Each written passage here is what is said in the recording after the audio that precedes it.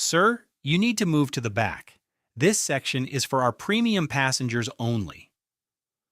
The flight attendant's voice rang through the cabin as phones began recording. Kendrick Hale looked up from his device, expression calm and steady. He wore faded jeans, a simple gray hoodie, and carried a worn leather briefcase. Nothing about him suggested wealth or influence. To everyone watching, he appeared to be just another traveler being told he did not belong. The woman standing over him, Brooke Harlan, tapped her tablet impatiently. "Sir, did you hear me? You're in the wrong section." Kendrick held up his boarding pass. "Seat 1A, first class." Brooke's eyes narrowed. "That has to be a mistake. Let me see your ID." Around them, passengers had their phones out. One user, already live tweeting the moment, captured the tension perfectly. Have you ever watched someone's entire world shift in moments? Because these powerful stories show how one encounter can reshape entire industries. The departure board above the gate flashed its warning. Flight to Chicago. Boarding would finish soon. Brooke examined Kendrick's boarding pass as though it were counterfeit. Her colleague Taylor Quinn approached from the galley. "Problem?" she whispered, loud enough for nearby passengers to hear. "This gentleman seems confused about his seat assignment," Brooke replied, her tone implying Kendrick was either lying or mistaken. Kendrick remained seated, buckled in, briefcase at his feet. "Ma'am, I understand there might be confusion. Could you please check your system?" Brooke's fingers flew across her tablet. She frowned, tapped again, then shook her head. "Sir, our records show you purchased an economy ticket. You'll need to move to your correct seat in coach." "That's incorrect," Kendrick said quietly. He pulled out his phone and showed her his mobile boarding pass. "First class, seat 1A. Paid for weeks ago." An elderly white man in the next seat leaned forward. "Son, maybe you should just take your real seat. No need to cause trouble." Brooke nodded approvingly. "Exactly, sir. Are you sure you didn't mean to book coach? These mistakes happen when people aren't familiar with the process." The condescension lingered heavily. Kendrick's jaw tightened almost imperceptibly. He reached into his briefcase and retrieved a platinum airline status card, placing it on the tray table. "Hundreds of thousands of miles flown with Atlantic Airways," he said. "Platinum status for 6 consecutive years." Brooke barely glanced at it. "Anyone can get those cards online now, sir. I'm going to need you to gather your belongings and move to your assigned seat." Live tweets and posts spread rapidly. Black passenger being systematically humiliated on Atlantic Airways. Flight 447. This is insane. Atlantic discrimination. The posts gained traction instantly. Captain Victor Reyes emerged from the cockpit. At 52, he commanded respect through presence alone. His silver hair was perfectly styled, uniform pressed to military precision. "What's the situation?" he asked Brooke, not looking at Kendrick. "Passenger in the wrong seat won't move to coach where he belongs." The captain sized Kendrick up with a glance. Hoodie, jeans, sneakers. His assessment was immediate and mistaken. "Sir, you're holding up departure. I need you to take your correct seat immediately." Kendrick looked up calmly. "Captain, I'm in my correct seat. First class 1A. Here's my boarding pass, my ID, and my frequent flyer card." The captain did not examine any of them.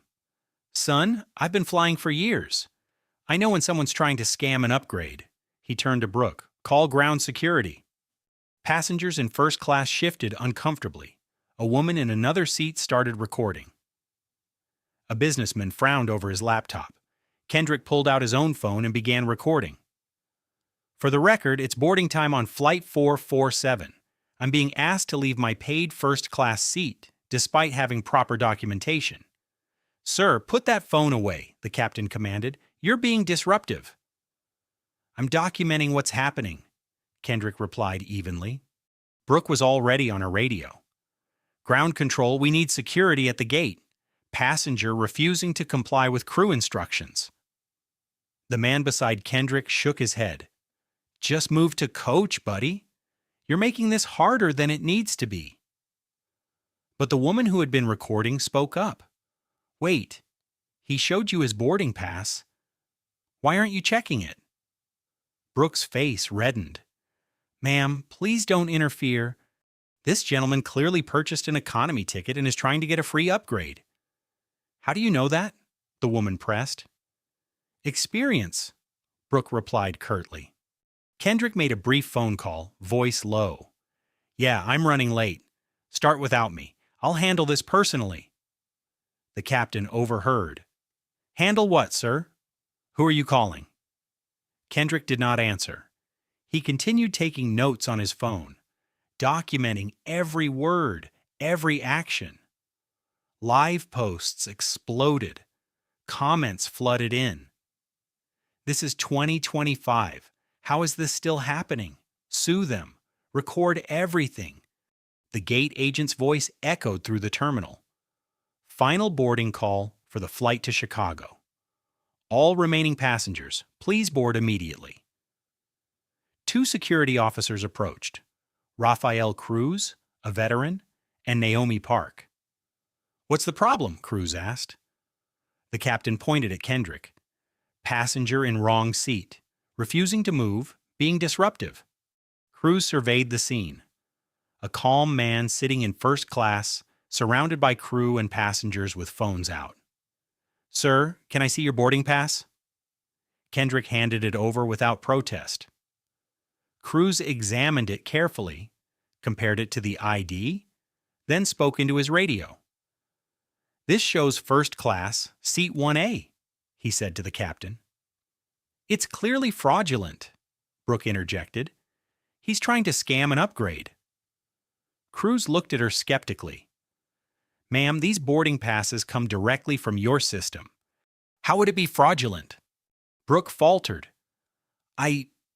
Well, these people know how to manipulate the system. The words hung heavily. Even passengers who had not been paying attention looked up. These people was unmistakable. Kendrick remained perfectly still, but his eyes met Cruz's. The officer had heard those words before and understood their weight. Sir, Cruz said to Kendrick, would you mind stepping off the aircraft for a moment, just to verify everything with the gate agent? It was a reasonable request delivered respectfully. Kendrick nodded and stood. As he gathered his briefcase, his phone buzzed. A text flashed briefly on the screen. The woman nearby caught a glimpse. Board meeting moved to conference room A, emergency session. She frowned, wondering what kind of emergency board meeting a coach passenger would know about. The departure board now showed the flight delayed. Ground supervisor Carla Grant arrived at the gate with purposeful strides. She had worked her way up over years and prided herself on handling difficult situations. What's the holdup? She asked Cruz. Passenger verification, he replied, handing her the documents.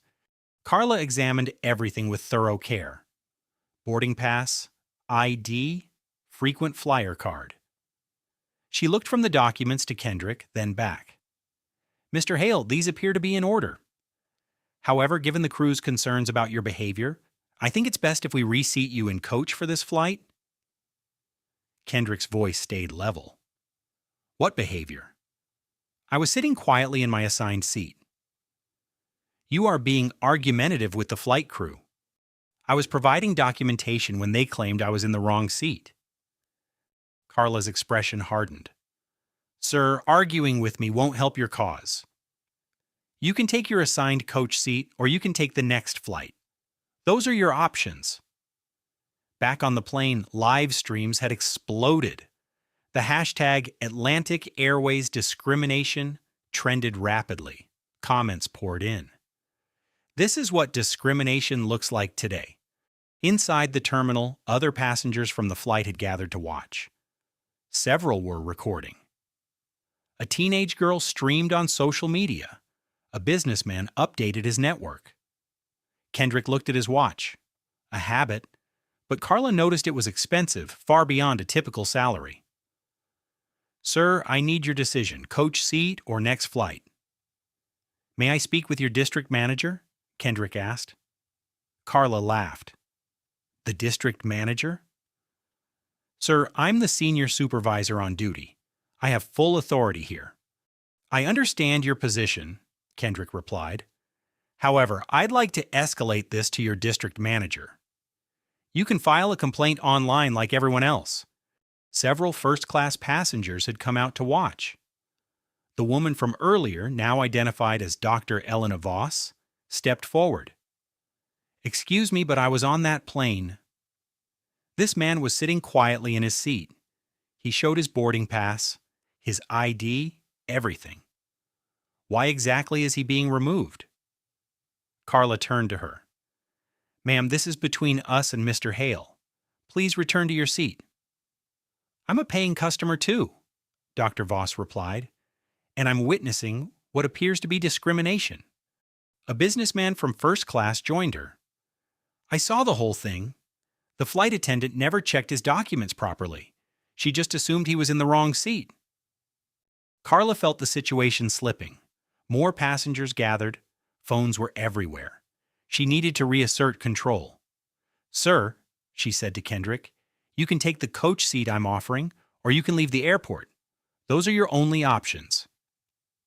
Kendrick pulled out his phone and made another call. This one was brief. His voice stayed low, but Dr. Voss caught fragments. Urgent board meeting, conference room A now. She frowned.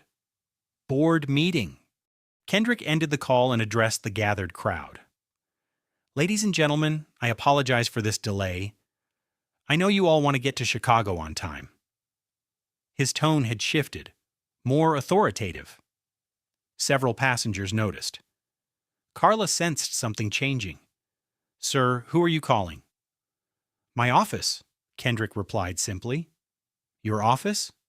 Kendrick reached into his briefcase and withdrew a business card holder. He selected one card and handed it to Carla. She read it and her face went pale. Kendrick Hale, Chief Executive Officer, Hale Enterprises. The gathered passengers pressed closer, trying to see. Dr. Voss read over Carla's shoulder and gasped. Oh my God, she whispered. The businessman pulled out his phone and started searching. His eyes widened. Holy, he muttered. Hale Enterprises, they're worth billions. Live streams captured the exchange. Wait, did someone just say billions? Chat, what's happening? Who is Hale Enterprises? Viewers were already researching. Hale Enterprises just announced massive revenue. They own companies everywhere. This guy isn't just some random passenger. Atlantic Airways is about to face serious consequences. Carla stared at the business card. Her hands shook slightly. Mr. Hale, This doesn't change anything. You were being disruptive.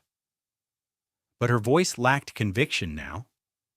Kendrick looked at his watch again.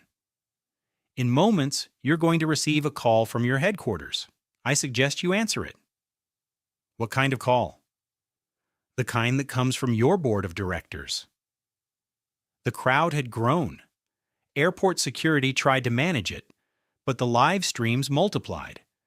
The hashtag trended with thousands of posts. Captain Reyes appeared looking flustered. What's going on out here? We need to depart. Cruz filled him in quietly. The captain's expression changed as he listened. CEO of what? Hale Enterprises, Cruz replied. Major corporation, billions in revenue. The captain looked at Kendrick with new eyes. The hoodie and jeans no longer looked casual. They looked like the outfit of someone who did not need to impress anyone. Carla's radio crackled. Supervisor Grant, please contact headquarters immediately. Priority 1. She looked at Kendrick, who checked his watch again. Right on schedule, he said quietly. Dr. Voss stepped closer to Kendrick. Sir, I'm sorry this happened to you. This is completely unacceptable. Thank you, Kendrick replied. But this isn't about me anymore. What do you mean? Kendrick looked around at the crowd, at the phone still recording, At the airport security trying to manage a situation that had grown beyond their control. This is about making sure it doesn't happen to anyone else. Live streams showed the exchange. Comments flooded. He owns part of the airline? This is the best plot twist ever.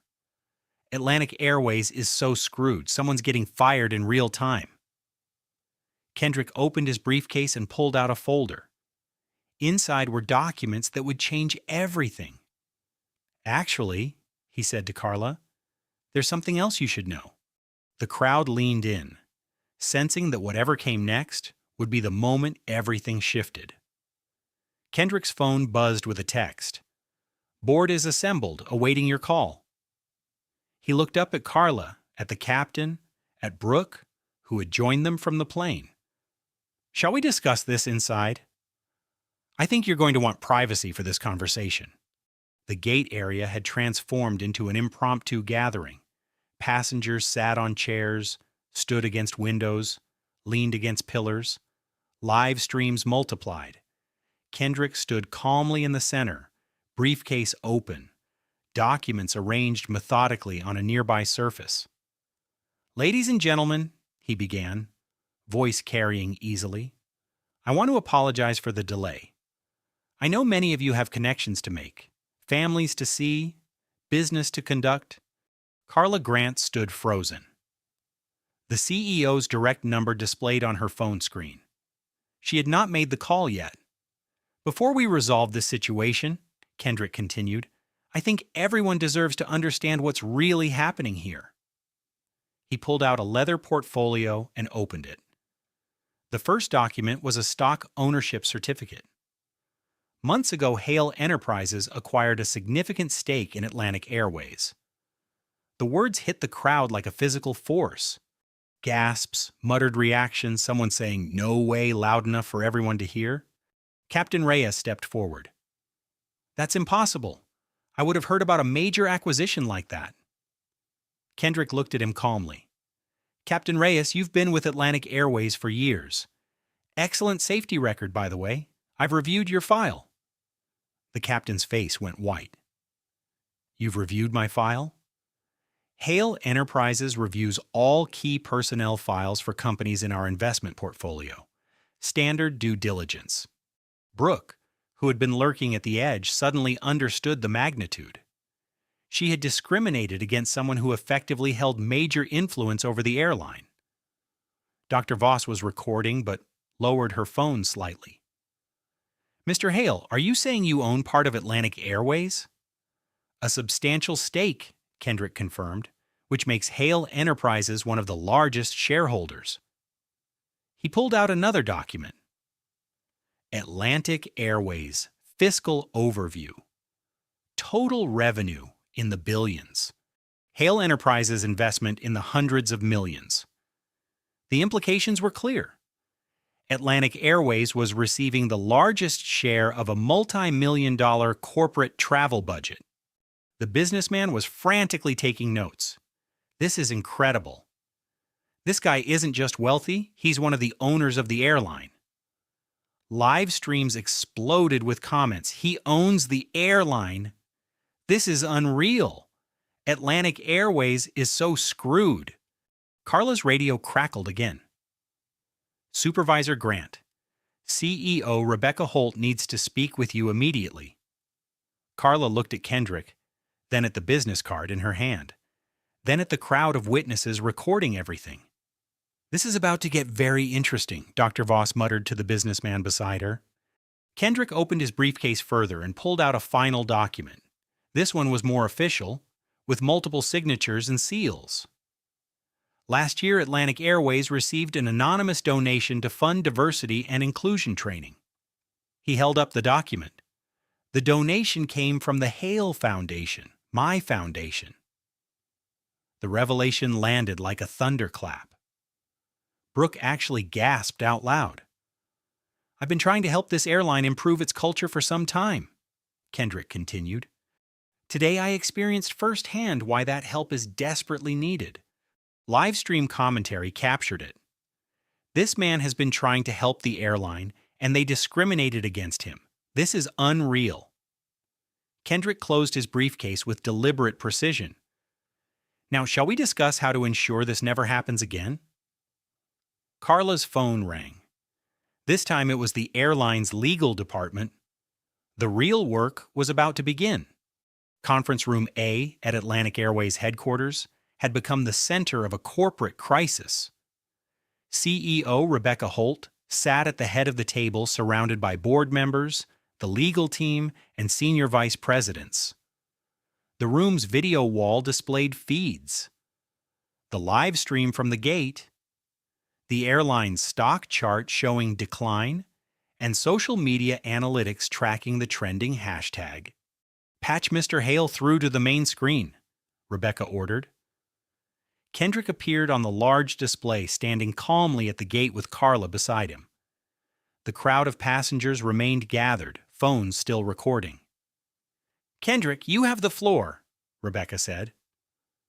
Kendrick had positioned himself so the crowd could hear both sides. This would not be a private settlement. This would be transparency in real time. "Thank you, Rebecca. Before we discuss solutions, I think the board needs to understand the full scope of what happened here." He gestured to Brooke, who had reluctantly joined the group. "Ms. Harlan, would you please tell the board what you said when you first approached me?" Brooke's voice was barely audible. "I told you that section was for premium passengers only, despite the fact that you were holding a first-class boarding pass." "Yes. And when I showed you my platinum frequent flyer card?" "I said anyone could get those cards online." A board member leaned forward. "Ms. Harlan, what made you assume Mr. Hale's documents were fraudulent?" The question hung heavily. Brooke looked around desperately. Kendrick answered for her. "I'll save Ms. Harlan the discomfort. She made assumptions based on my appearance. A black man in casual clothes couldn't possibly belong in first class."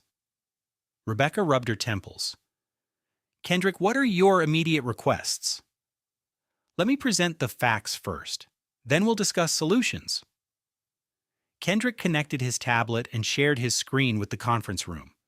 Atlantic Airways financial performance, total passengers in the millions, customer satisfaction below industry average. The board members took notes furiously. Discrimination complaints filed with regulators against Atlantic Airways were significantly higher than the industry average. Rebecca's face was grim. "Kendrick, we weren't aware the numbers were that high." "Because your complaint resolution system is designed to discourage reporting, not encourage it." Kendrick pulled up another slide.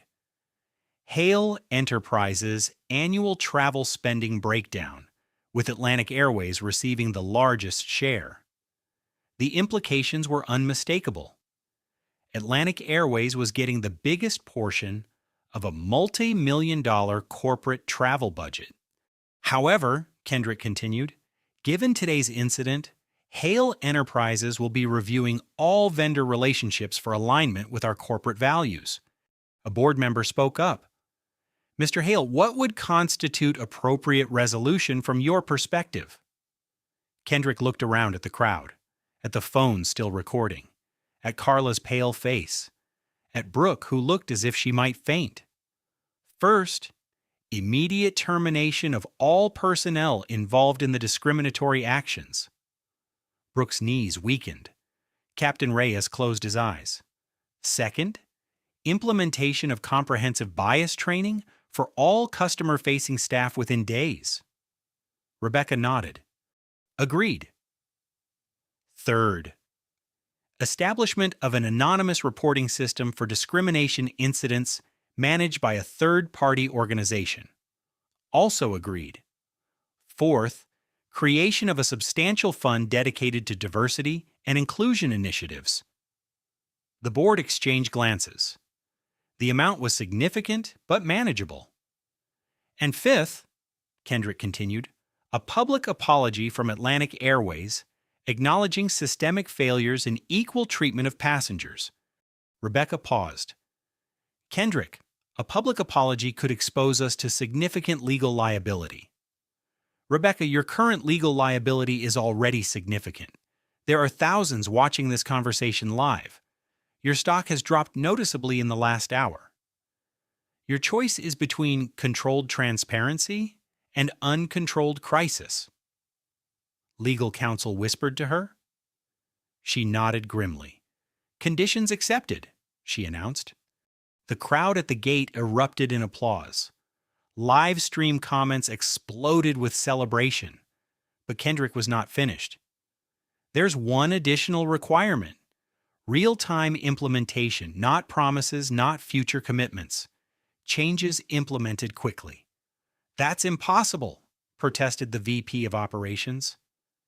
Union agreements, legal reviews, system updates. Kendrick interrupted.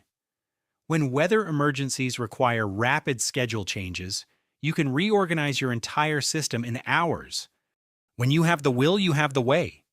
Rebecca leaned back. What specifically do you need quickly? Kendrick pulled up another document. Ms. Harlan and Captain Reyes terminated within the day. Replacement training materials developed and deployed within days. Anonymous reporting system operational soon. And if we can't meet that timeline, then Hale Enterprises will divest our Atlantic Airways holdings and recommend that our network of partner companies do the same. The threat was devastating. Hale Enterprises was not just a large investor, they were connected to dozens of other corporations representing millions in annual travel spending. A board member asked, "Mr. Hale, how do we know these changes will be sufficient?" "You don't," Kendrick replied. "But you'll have quarterly reviews with independent auditors to track progress, full transparency, public reporting." Rebecca looked around the conference room. Her board members nodded. The legal team scribbled notes. The stock price continued its decline. "Conditions accepted," she said finally. Kendrick nodded. "Then we have a framework for moving forward." He looked around the gate area one more time. "Ladies and gentlemen, I apologize again for the delay. However, I hope you can see that sometimes delays serve a greater purpose." The crowd broke into sustained applause. Several passengers wiped away tears. Dr. Voss shook her head in amazement. But Kendrick still was not done. "There's one final element: personal accountability. Executive compensation should be tied to diversity and inclusion metrics.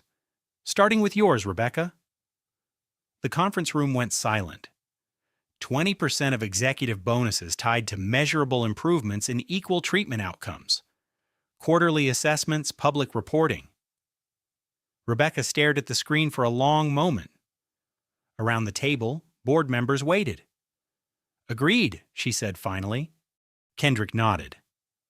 "Then we have a path forward." He looked back at the camera. "Rebecca, I'll expect the implementation timeline by email soon." "You'll have it quickly," she replied. Kendrick closed his tablet and picked up his briefcase. "Now, I believe this flight was supposed to depart soon. Shall we get these passengers on their way?" The transformation was immediate. Carla issued instructions to her staff. Brooke was escorted away by security. Captain Reyes had his credentials reviewed. A new flight crew was assembled. Live commentary captured it. "I don't think I've ever seen anything like this. One man just changed an entire airline's policies in real time." As Kendrick finally boarded in Seat 1A first class, Dr. Voss leaned over. "Mr. Hale, that was incredible. How did you stay so calm through all of that?" Kendrick settled into his seat and opened his laptop. "Dr. Voss, anger is temporary. Systems change is permanent. I'd rather build something lasting than just vent frustration." The plane pushed back from the gate shortly after. But it carried more than passengers to Chicago. It carried the promise of change. Days later, Kendrick Hale sat in his Chicago office reviewing implementation reports from Atlantic Airways. His assistant Sophia Ruiz had arranged the documents on his desk. "The termination letters were executed," Sophia reported. "Brooke Harlan and Captain Reyes were dismissed with cause. Carla Grant was reassigned to training coordination and will undergo mandatory sensitivity counseling." Kendrick nodded, reviewing the files. What about the replacement protocols? New crew training materials went live. Every Atlantic Airways employee will complete bias recognition training soon. The anonymous reporting system launched early. Kendrick's phone buzzed with a news alert. Atlantic Airways stock rebounds after swift discrimination response. Shares up noticeably. The market had responded positively to decisive action. Investors appreciated companies that addressed problems quickly. Rebecca Holt had appeared on television announcing the Dignity in the Skies initiative. The interview drew hundreds of thousands of views quickly. Mr. Hale's experience was unacceptable, she had said directly to the camera. But his response showed us how to turn a failure into an opportunity for meaningful change. The anonymous reporting system had already logged its first complaint, a passenger reporting discriminatory treatment by ground staff. The complaint was investigated by a third-party firm within hours, not weeks. Kendrick's computer chimed with an incoming video call. Rebecca Holt appeared, looking more relaxed than days earlier. "Kendrick, I wanted to give you the first report personally." She shared her screen showing a dashboard of metrics. Discrimination, complaints down sharply in days, customer satisfaction improving, employees proactively reporting bias incidents they witnessed. Kendrick leaned back. "That's the real victory, Rebecca. When employees feel empowered to speak up." The training program has been requested by other airlines. We're licensing it through a nonprofit with proceeds funding diversity scholarships. Excellent. What about the executive compensation metrics? Rebecca smiled. Board approved unanimously. 20% of all suite bonuses now tied to diversity and inclusion outcomes. First quarterly review soon. Kendrick pulled up his own metrics. Atlantic Airways is back to being our preferred airline partner. Hale Enterprises will increase our travel spending this quarter. That's wonderful news. Rebecca paused. Kendrick, I have to ask, how did you know exactly what levers to pull? Kendrick considered the question. Rebecca, I've been discriminated against before, but I've also been in boardrooms for years. I understand how corporations make decisions. The key is aligning moral imperatives with business incentives. The whole incident had become a business school case study. They called it stakeholder activism in real time. After ending the call, Kendrick walked to his office window overlooking the lake. The view reminded him why he loved the city, a place built by immigrants and outsiders who refused to accept limitations. His phone rang. It was Dr. Elena Voss from the flight. Mr. Hale, I hope you don't mind me calling. I got your number from your foundation's website. Not at all, Dr. Voss. How can I help you?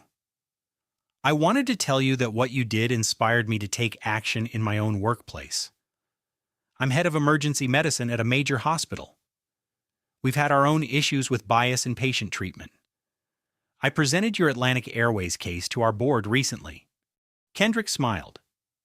What was their response? We are implementing a similar anonymous reporting system for bias incidents and requiring all staff to complete unconscious bias training.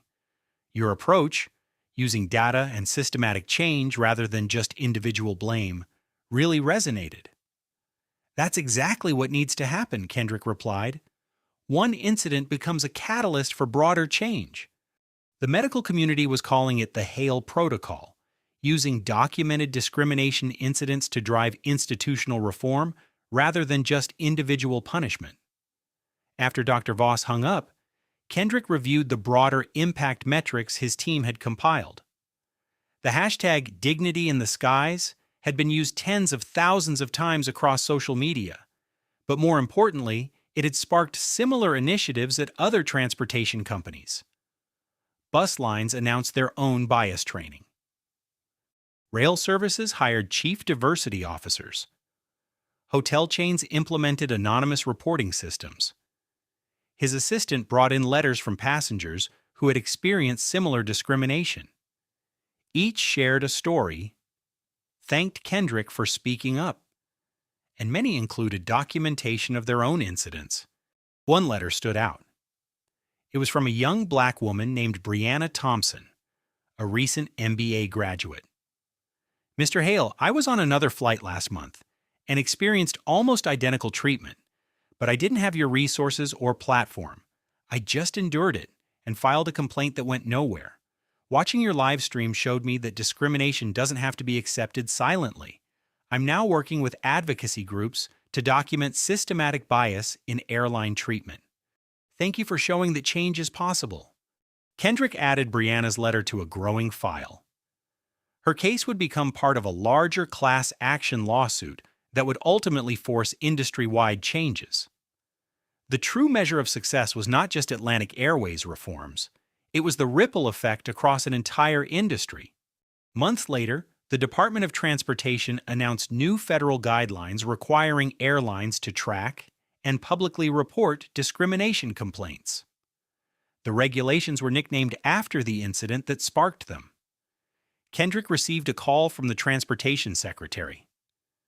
Mr. Hale, your Atlantic Airways case provided the political momentum we needed to implement comprehensive anti-discrimination regulations. Major airlines have already adopted your recommended protocols voluntarily rather than wait for mandates. The Hale Foundation had expanded its focus to transportation equality, funding legal representation for passengers facing discrimination. In months, they had supported dozens of cases across airlines, bus companies, and rideshare services. Kendrick often reflected on the moment when Brooke Harlan first told him to move to the back. That single incident of discrimination had become a catalyst for systemic change affecting millions of travelers. But the most satisfying outcome was personal. Recently, Kendrick had flown the same route again on Atlantic Airways. The flight attendant, a young black man named David, had welcomed him aboard with genuine respect. Mr. Hale, it's an honor to have you flying with us today. Is there anything I can do to make your flight more comfortable? Kendrick looked around the first-class cabin and noticed the diversity of passengers, different races, ages, clothing styles, all treated with equal professionalism and respect. David, you're already doing everything perfectly. That was the real victory, not the corporate policy changes or the media attention or the stock recovery. It was the simple fact that the next passenger who looked like Kendrick or did not would be treated with dignity. The transformation was complete. The system had changed. 2 years after the flight, Kendrick Hale stood at the podium of the National Civil Rights Museum delivering the keynote address for their annual Transportation Equality Summit. The auditorium was packed. Change doesn't require violence, he told the audience of executives, lawyers, officials, and activists. It doesn't require lawsuits or protests or public shaming. It requires documentation, leverage, and systematic thinking. He clicked to his first slide, a graph showing discrimination complaints across major airlines. Since the incident, airline discrimination complaints had dropped sharply industry-wide, not because bias disappeared overnight, but because airlines implemented systems to prevent it. The graph showed a dramatic decline beginning after the event and continuing steadily. This is what happens when you change systems instead of just punishing individuals. The audience included Brooke Harlan, the former flight attendant who had triggered the incident. After her termination, she had undergone extensive bias training and now worked as a diversity consultant, helping other companies avoid the mistakes she had made. She raised her hand during Q&A. Mr. Hale, I'm Brooke Harlan. I was the flight attendant on that flight. A murmur went through the crowd. This was unexpected. Brooke, Kendrick said warmly, thank you for being here. I wanted to publicly apologize again, but more importantly, I wanted to thank you. Your response changed my life. I understand now how my unconscious biases hurt people. I've spent time learning to be better. The crowd erupted in applause. This was the real power of systemic change. It could transform those who caused harm into advocates for prevention. Brooke, your courage in facing your mistakes and working to prevent others from making them is exactly what this movement needs. Kendrick clicked to his final slide. A photo of Brianna Thompson, the young woman who had written to him after her own experience. Brianna Thompson used documentation and legal advocacy to win a landmark settlement against another airline. That settlement funded bias training for thousands of employees across the industry. The audience stood and applauded as Brianna walked onto the stage. Brianna's case proved that you don't need to be a CEO or major shareholder to create change. You just need to be willing to document injustice and demand accountability. Kendrick looked directly into the live stream camera. These stories remind us that change happens when ordinary people refuse to accept discrimination as normal, when we document injustice systematically, when we demand accountability from institutions, when we use our economic power strategically. He paused, letting the words sink in. Every person watching has experienced unfair treatment or witnessed it happening to others. Your stories matter. Your documentation matters. The live stream chat flowed with personal experiences, commitments to action, and gratitude. If you've witnessed discrimination in transportation, document it, record it, report it, share your stories, because these real experiences become the foundation for systemic change. Kendrick concluded with a direct challenge. Don't just watch injustice happen. Don't just feel bad about it. Do something about it. Use the tools we've developed. Use the systems we've built. Help us create a world where everyone travels with dignity. The screen displayed the Transportation Equality Foundation's website and reporting tools. Share this video. Tell your friends about these resources. Subscribe to stay informed about our progress, because together we can ensure that what happened on that flight was the last time, not just another time. The applause continued as the live stream viewer count soared. Change had become contagious.